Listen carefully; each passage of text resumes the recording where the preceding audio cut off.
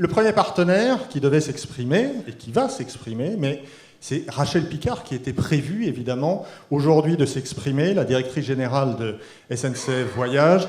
Elle, malheureusement, elle s'excuse, elle ne peut pas venir parce qu'évidemment, elle est monopolisée sur les problèmes de sécurité, de cellules de crise, aujourd'hui à Paris.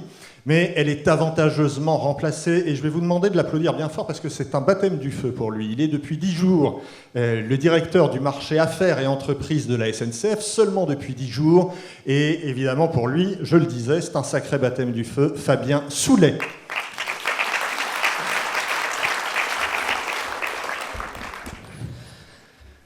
Eh bien, bonjour à tous, Madame l'adjointe au maire, Messieurs les présidents, cher Jean-Pierre, chers congressistes, bien sûr. Cette intervention n'est donc pas aujourd'hui une intervention normale, elle ne peut pas commencer normalement. Donc en introduction, je voudrais bien sûr dire quelques mots sur ces jours terribles, effroyables que nous traversons. Bien sûr, toute la SNCF témoigne de cette profonde émotion pour ce qui s'est passé, avec nos pensées les plus sincères pour les familles, pour les victimes. Aussi, nous voulons dire notre admiration pour tous ceux qui ont été sur le pont ce week-end pour aider les victimes et leurs proches. Je pense bien sûr aux médecins, aux pompiers, aux forces de sécurité, et dans une moindre mesure, certains de mes collègues qui ont accompagné tout au long du week-end des gens en désarroi dans nos gares et dans les trains. Cette introduction ne peut être normale aussi parce qu'il s'est passé un deuxième événement tragique que nous ressentons particulièrement. Vous le savez sûrement, nous avons eu un tragique accident sur la ligne Est du TGV à Herwexheim, donc près de Strasbourg. Alors c'était une rame d'essai sur la ligne nouvelle qui prochainement, au printemps prochain, devait accélérer encore le temps de parcours entre Paris et Strasbourg. Et donc cette rame a violemment déraillé en percutant un pont. Nous avions une cinquantaine de collaborateurs à bord. Il y a 11 personnes décédées et beaucoup de blessés encore, et personnes dans un état critique. Alors, bien entendu, avec les événements de vendredi soir, cet accident passe sûrement, et c'est bien normal, sur un second plan. Néanmoins, pour nous, en interne SNCF, c'est un énorme choc. C'est un énorme choc, évidemment, parce que c'est un accident extrêmement rare. C'est en fait la première fois que ça arrive, le déraillement d'un TGV à grande vitesse. Donc évidemment, on doit faire toute la lumière sur cet accident, comprendre les causes, remettre en question tout ce qui doit l'être pour que ça ne se reproduise pas. Ça nous touche beaucoup. La sécurité est dans notre ADN profondément. C'est en fait dans l'ADN de tous les transporteurs, évidemment, quel que soit le mode. Je pense que c'est dans votre ADN aussi. C'est profondément ancré la sécurité des gens dans le métier du tourisme et du voyage. Donc là, la SNCF est mobilisée autour de cet accident et, comme on le rappelait, Rachel Picard est mobilisée depuis samedi dans une cellule de crise à cause donc de ces deux événements. Elle est encore mobilisée toute la journée aujourd'hui, donc elle vous présente ses excuses, ne peut faire cette intervention et m'a demandé de la remplacer. Avantageusement, elle n'a pas dit ça et je crains que ça ne soit pas le cas. Mais en tout cas, je vais m'efforcer de porter son discours. Alors effectivement, hier encore à 7h, je n'imaginais pas être face à vous. Comme il a été dit, j'ai donc pris la direction du marché affaires, entreprises et agences de voyage il y a une dizaine de jours, début novembre. Donc il y a beaucoup de gens que je ne connais pas dans cette salle, certains que je connais en fait, puisque j'ai piloté les ventes SNCF Agence de voyage il y a 7 à 8 ans. Donc je salue les personnes que je reconnais, en particulier mes collègues de la commission FAIR de l'époque au SNAV, et bien sûr toi, cher Jean-Pierre.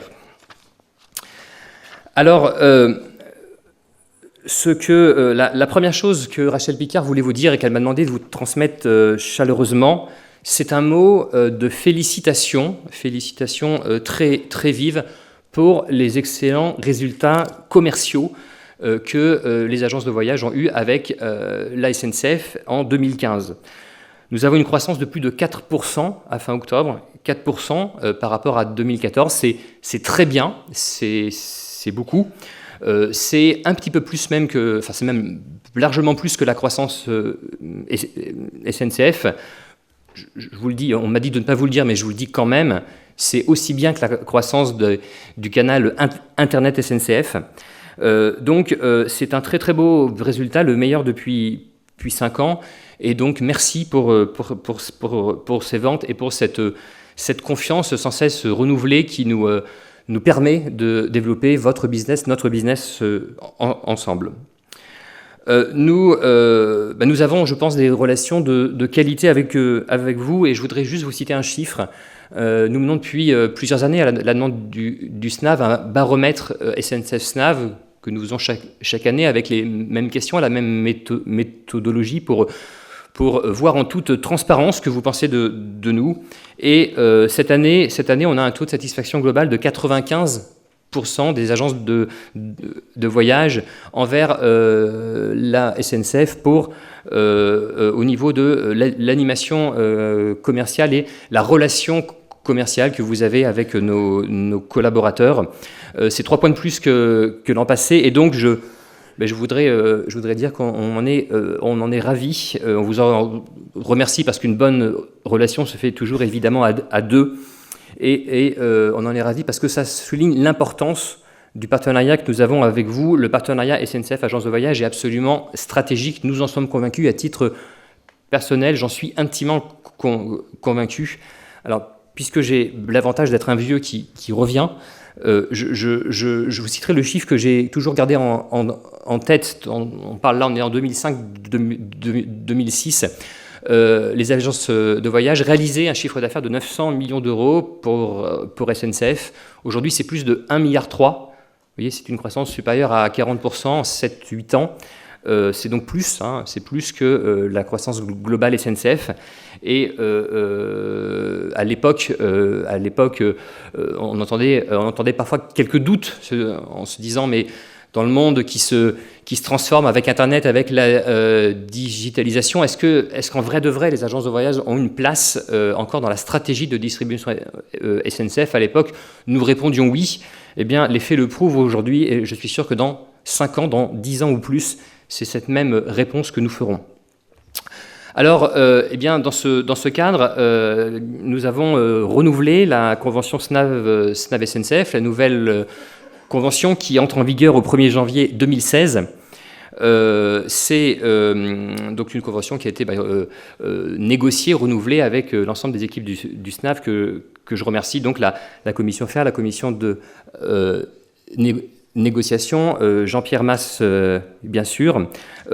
C'est une convention qui reprend en gros les principes du modèle existant, avec néanmoins quelques points d'assistance qui visent à valoriser, à récompenser le rôle de conseil que peuvent avoir les agences de voyage sur les produits à valeur ajoutée pour nous. Donc, par exemple, l'ensemble des tarifs à faire, les abonnements à faire, les abonnements loisirs aussi.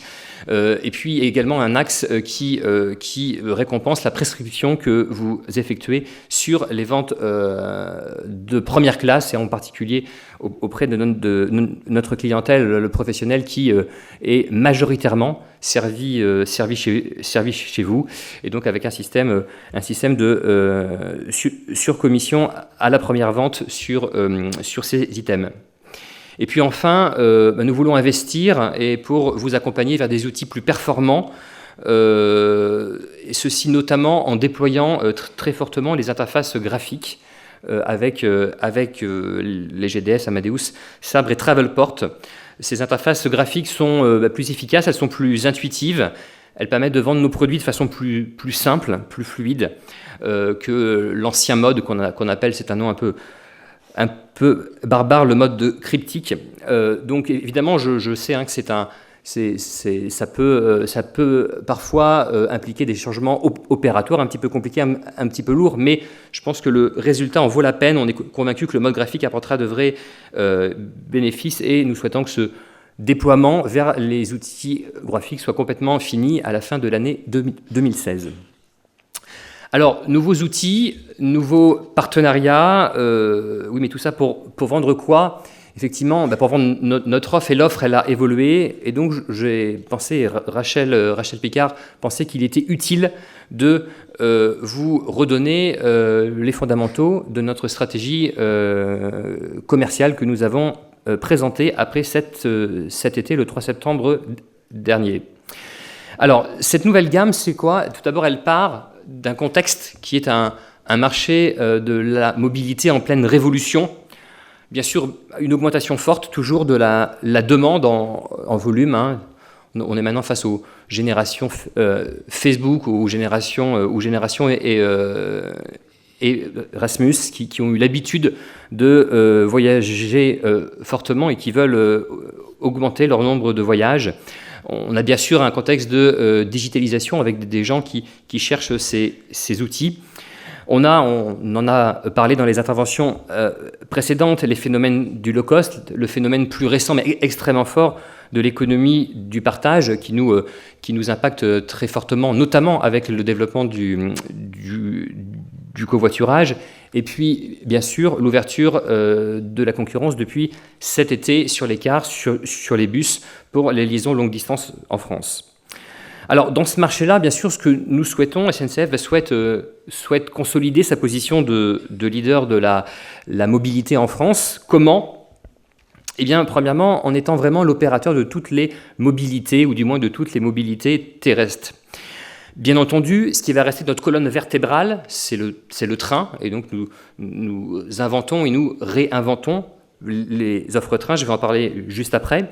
Et puis, on a aussi une stratégie de diversification pour englober d'autres modes de transport, que ce soit du covoiturage ou des voyages en bus.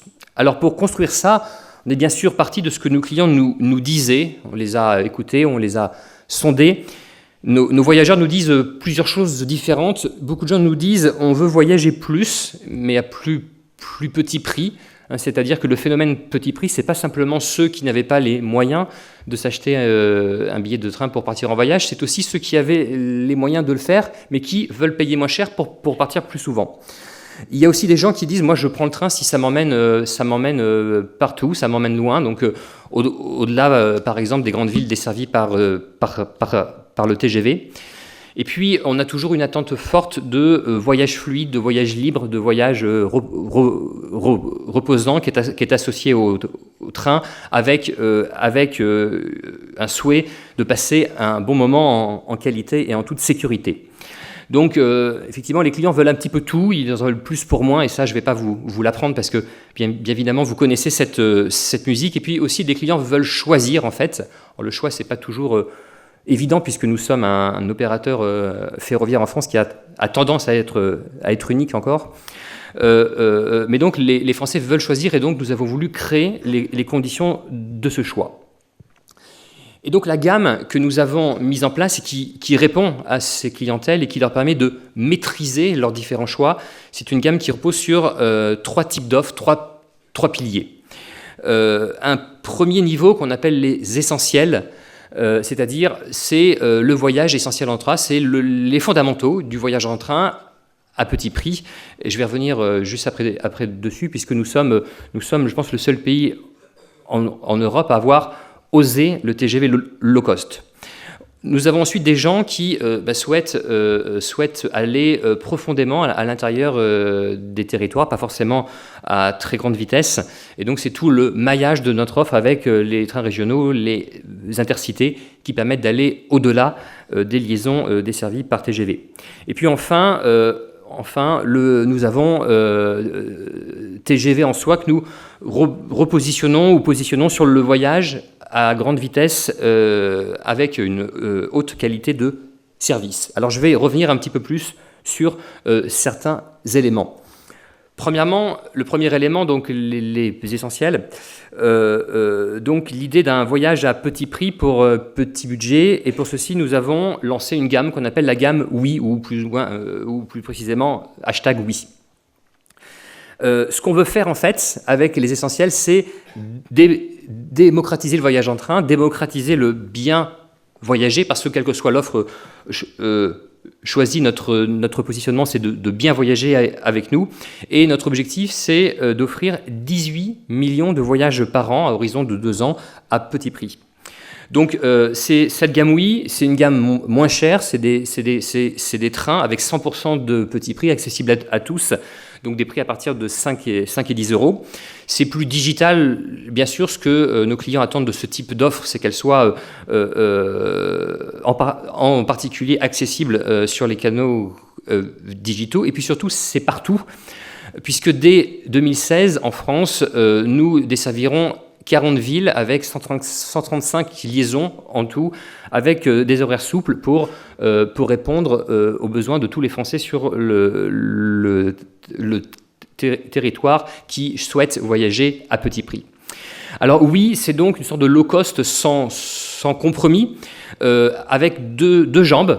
Une première jambe, vous la connaissez déjà, c'est l'offre Ouigo. L'offre Ouigo qu'on expérimente depuis quelque temps sur Paris, ou plus exactement gare de Marne-la-Vallée, Montpellier, Marseille. Et nous avons donc décidé de développer, de déployer plus massivement Ouigo. Dès 2016, on passera à 6 millions de voyages sur Ouigo par an. Cette année, on en est à 4. Et on continuera le déploiement. L'objectif en 2018, c'est d'augmenter cette capacité à 10 millions de voyages par an. Et puis la deuxième jambe, c'est les bus, puisque c'est un nouveau mode de transport longue distance en France. Donc nous voulons aussi être de cette partie. Et nous venons donc de lancer Ouibus sur la base de l'expérimentation Idébus que nous avions lancée il y a quelques années.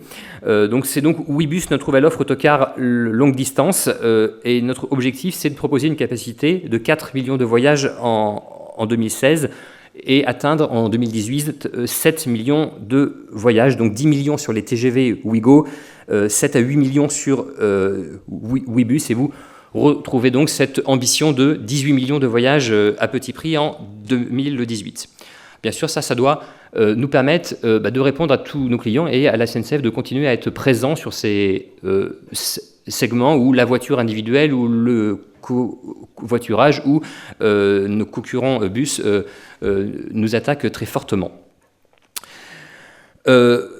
Sur notre marché loisirs plus traditionnel, je ne vais pas en parler en général, mais je voudrais faire un zoom sur un marché spécifique qui est le marché des groupes.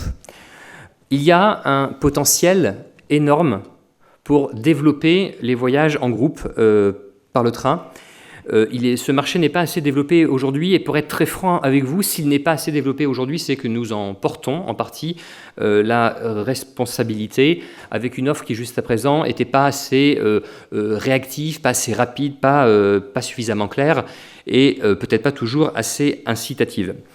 Donc un groupe, c'est à partir de combien de personnes? C'est à partir de 10 personnes. Vous voyez que ça peut aller vite pour un voyage scolaire, une offre d'un comité d'entreprise ou même des déplacements entre amis.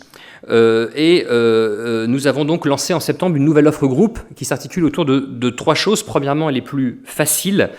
Et nous proposons un accès digital pour pouvoir faire en ligne un devis en temps réel pour des billets pour des groupes de 10 à 30 personnes. Donc ça permet de faire un devis avec un prix garanti pendant 15 jours. Ça permet aussi de voir, via un calendrier des prix, quels sont les meilleurs prix possibles sur 7 jours. Et donc cette nouvelle offre est disponible non seulement sur le site SNCF, mais elle est aussi disponible comme un outil pour toutes les agences de voyage, pour vous permettre d'en faire bénéficier vos clients. Et pour ceux d'entre vous qui souhaiteraient vendre cette offre en ligne, nous disposons aussi d'une marque blanche qui vous permet de mettre cette offre groupe sur votre site. Cette gamme, elle est aussi plus accessible, elle est moins chère, et la gamme tarifaire a été complètement revisitée. Nous avons des réductions maintenant qui peuvent aller jusqu'à moins 65% de réduction, et même jusqu'à quelques jours avant le départ, condition évidemment d'avoir au moins 10 personnes dans le groupe. Et puis cette gamme, qui était avant réservée à certains trains, elle est aujourd'hui disponible sur une très grande majorité des trains. Donc il y a quelques trains de Superpoint fermés au groupe, mais plus de 90% de nos trains maintenant sont accessibles à ces nouveaux tarifs groupes et sur plus de 200 destinations en France. Et puis enfin, cette gamme, elle permet d'anticiper plus, et ça c'est un besoin pour les groupes, donc une plus forte anticipation de l'ouverture des ventes, notamment pour l'été. Donc pour l'été prochain, les ventes devraient ouvrir à partir du mois de janvier prochain. Donc pour aller au-delà de nos traditionnels 3-4 mois d'ouverture à l'avance. Et par ailleurs, à l'occasion de l'Euro 2016, les trains sont accessibles au groupe depuis mi-septembre. Et puis enfin, bien sûr, le TGV qui reste notre fer de lance et qui est le meilleur de notre offre, qui est vraiment l'offre premium avec une haute qualité de service. Nous pensons que c'est une offre qui surpasse les autres modes de transport par sa vitesse, son confort, sa fiabilité, son niveau de service et ses liaisons centre-ville à centre-ville. Effectivement, la SNCF en France, nous avons démocratisé la grande vitesse. Ça aussi, ça reste unique au monde. 230 gares sont desservies par des TGV en France et beaucoup plus que dans nos autres pays européens. Et puis finalement, TGV, c'est un paradoxe parce que c'est à la fois gagner du temps pour aller vite, mais c'est aussi une notion de prendre du temps et profiter de ce temps à bord. Donc, eh bien, nous voulons accompagner tous les usages du TGV qui sont multiples, professionnels ou loisirs, en famille, entre amis, en solo. Et finalement, si on décrit TGV aujourd'hui, pour certains, on peut dire que c'est le plus grand ou le premier bureau nomade au monde. Pour d'autres, c'est la première salle d'études mobile. Pour certains d'autres, c'est le premier bar à sieste, et pour d'autres, c'est sûrement la plus grande salle de jeu. Enfin, je voudrais maintenant arriver sur le marché qui concerne la plupart d'entre vous, c'est-à-dire le marché pro avec le voyage d'affaires. Ce qui est important, c'est que notre clientèle professionnelle bénéficie davantage et de services de qualité avec des gains de temps et avec plus de flexibilité, plus de fluidité. Alors, on a déjà des services qu'on a mis en place qui fonctionnent bien. Vous savez, nous avons, pour nos voyageurs qui voyagent au tarif pro, une application exclusive qui est l'application TGV Pro, qui enregistre de très fortes notes, très bonnes notes d'évaluation dans les stores, des notes supérieures à 4 sur 5 à la fois dans les stores iOS et Android. On a à peu près 2 millions de clients pro, on a un demi-million d'applications TGV Pro téléchargées, donc c'est bien, c'est très encourageant. Bien sûr, on peut encore faire mieux et nous visons 700 000 clients pro fréquents prochainement. Alors, nous voulons bien sûr améliorer cette relation client de bout en bout pour les pros.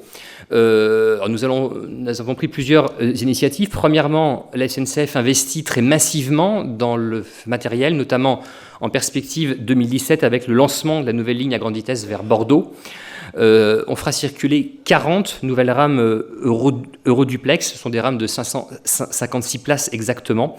Ça représente un investissement de 1 milliard d'euros, donc un investissement lourd auquel nous croyons pour déployer encore plus fortement cette offre TGV haute qualité. Donc c'est vraiment un engagement exceptionnel pour la grande vitesse française, et dans ces rames, vous avez pu découvrir récemment notre tout nouveau siège première classe que nous avons exposé à Paris au Palais de Tokyo. Nous avons aussi lancé récemment de nouveaux services digitaux, ce qu'on appelle le 3 en 1. Le 3 en 1, c'est quoi? C'est un titre dématérialisé unique qui comprend 3 choses. Premièrement, la carte d'abonnement. Deuxièmement, la carte de fidélité. Et troisièmement, le billet, bien sûr. Donc ça permet de fluidifier, de faciliter grandement l'embarquement, le contrôle à bord. Et puis, nous avons intégré l'application IDPass dans TGV Pro. IDPass, c'est quoi? C'est un portail qui permet d'accompagner nos voyageurs dans leur mobilité finale en gare avec des services tels que la réservation de taxi, la réservation de limousine avec notre notre produit IDCAB, réservation de parking avec EFIA ou autres vélos, voitures électriques. Enfin, nous voulons créer une hospitalité généreuse à bord de nos TGV pour nos clients pro. Le café est offert en salon grand voyageur ou dans certaines gares sur présentation d'un billet pro. Nous allons lancer un service restauration de précommande qui sera disponible dans les grandes OD professionnelles TGV et dès la fin de l'année sur Paris-Lyon.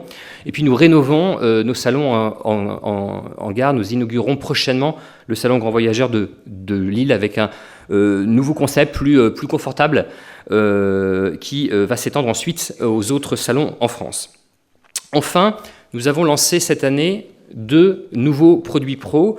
Premièrement, le contrat pro. Le contrat pro, il est bien sûr réservé à des entreprises. Il permet de bénéficier systématiquement d'une réduction sur les tarifs pro en première classe. C'est donc, entre guillemets, un contrat que toutes les entreprises devraient souscrire et je vous invite à le prescrire. Et puis, dans ce contrat, on peut aussi souscrire pour un abonnement fréquence 25, qui est un nouvel abonnement avec 25% de réduction garantie sur tous les tarifs pro, plus sur certaines routes. C'est rentable à partir de 4 à 10 allers-retours par an. Donc, pour des collaborateurs qui voyagent, non pas fréquemment, mais un peu fréquemment, c'est un nouveau produit très attractif. Alors, c'est ce que nous avons fait, ce que nous voulons déployer cette année. Devant nous, il y a encore plein de choses. Il y a plein d'opportunités, notamment avec le lancement des futures lignes à grande vitesse.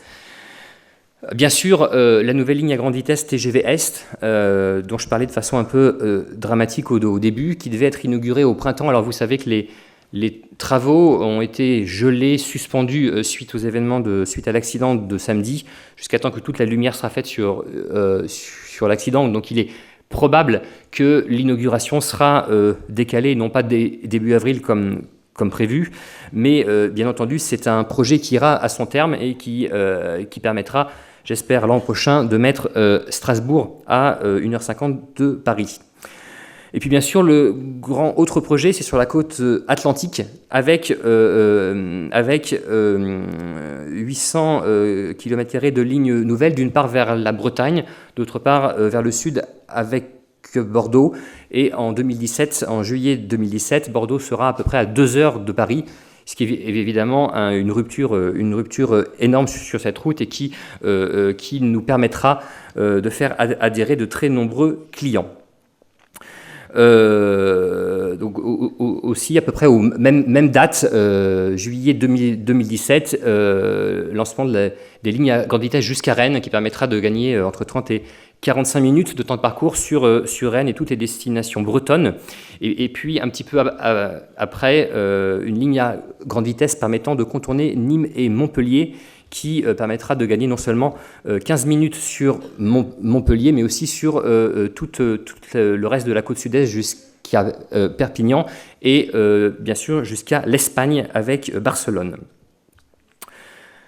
Enfin, nous avons aussi, il y a aussi de grands projets de développement de grande vitesse à l'international. Il y a 14 000 km de nouvelles lignes grande vitesse qui sont prévues dans les 10 ans qui viennent jusqu'en 2025. Donc c'est énorme, c'est en Espagne, c'est en Allemagne, c'est en Italie, c'est en Suisse, c'est en Russie, c'est en Suède. Donc nous continuons une stratégie de déploiement renforcée à l'international avec des stratégies diverses selon les marchés, en créant par exemple des entreprises ferroviaires à la fois puissantes et agiles comme Thalys, par exemple, entre la France, la Belgique, l'Allemagne et les Pays-Bas, en renforçant nos coopérations avec l'ADB, les chemins de fer espagnols, la Renfe, les chemins de fer suisses, les CFF, quand ça fait du sens. Et bien sûr, nous continuons à développer nos liaisons transfrontalières. Donc, que ça soit en France ou à l'international, il y a énormément d'opportunités de croissance que nous allons porter ensemble. Alors, en conclusion, je voudrais d'abord dire que le TGV est vraiment un modèle auquel nous croyons beaucoup. c'est un outil qui rapproche les gens et les distances. C'est aussi cette idée de prendre le temps, c'est donc ce sas de décompression. Bienvenue dans un monde qui va toujours plus vite.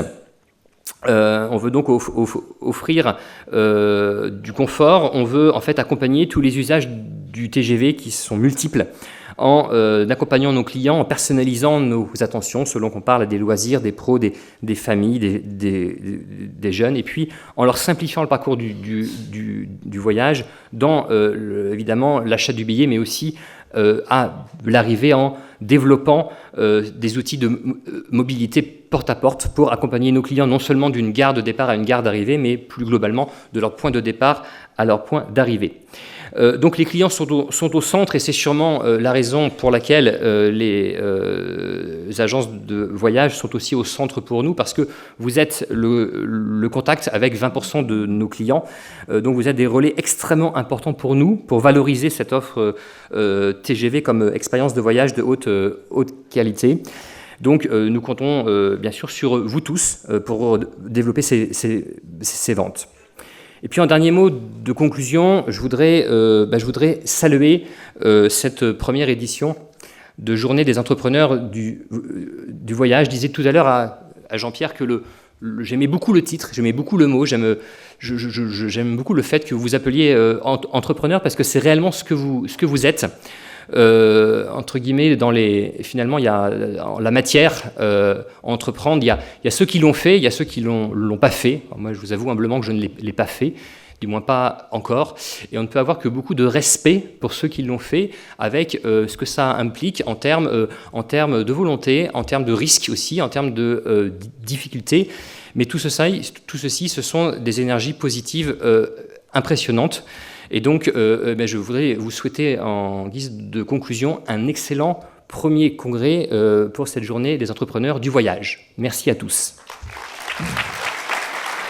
Merci Fabien. Alors, c'est vrai qu'on a quand même très peu de temps pour les questions. Il y avait un jeu de questions-réponses qui était prévu. Je vois le temps défiler et je m'inquiète un peu évidemment pour le timing de cette fin de journée. Moi, j'ai juste une question, Fabien, très rapide. Une question qui a trait évidemment à la sécurité. On entend de plus en plus de voix, notamment des voix politiques qui réclament davantage de contrôle dans les gares, davantage de contrôle au départ du train, des portiques. Est-ce que c'est faisable? Est-ce que vous êtes en train de travailler dessus? Est-ce que c'est quelque chose que nous allons voir bientôt débarquer dans les gares? Alors, c'est une bonne question. Une question Je vous remercie de l'avoir posée. Difficile, bien sûr. Alors, bien sûr, c'est une question qui se pose évidemment depuis un certain temps. Les événements de ce week-end ne font que confirmer qu'elle se pose, mais on a commencé à la travailler et l'étudier avant. Je ne vous cache pas que c'est un sujet d'une grande complexité, en fait. D'une grande complexité, au moins pour deux raisons. Premièrement, de par les volumes qu'on doit gérer. À la limite, je vais dire, le TGV, c'est quasiment plus simple que les trains de banlieue, trains régionaux, où là, on parle de millions de personnes par jour. Et pourtant, je dis le TGV, c'est plus simple, mais une rame duplex et en double qui part sur Marseille toutes les 30 minutes en heure de pointe, c'est toutes les demi-heures 1000 personnes qui partent pour Marseille, et 5 minutes plus tard, il y a 1000 personnes qui partent pour Lyon. Pour prendre une petite image, 1000 personnes, c'est plus qu'un Airbus A380, je pense. Donc il y a une première difficulté qui est sur la volumétrie des flux à gérer. Et une deuxième difficulté, c'est que les gares n'ont pas été conçues comme ça. Et pour ça, les gares sont un milieu très, très ouvert. Dans les grandes gares, pour accéder à un quai, il y a au moins trois façons. À gauche, à droite, une passerelle, un souterrain. Donc effectivement, c'est pas quelque chose qui se met en place de façon simple. Néanmoins, bien évidemment, nous réfléchissons à la réponse la plus appropriée qu'on peut faire. Les événements de ce week-end ne peuvent que renforcer cette réflexion-là. Réflexion d'ailleurs dont les conclusions ne sont pas entre mes mains, évidemment, mais sont entre les mains des plus hauts dirigeants SNCF et plus largement, sont même au-delà de la SNCF. Donc, il faut laisser cette réflexion et ces travaux se faire. Mais en tout cas, c'est clairement une vraie problématique que nous regardons aujourd'hui. Merci Fabien. On n'a pas le temps pour les questions de la salle. Je suis vraiment désolé. Merci beaucoup Fabien. Merci. Merci.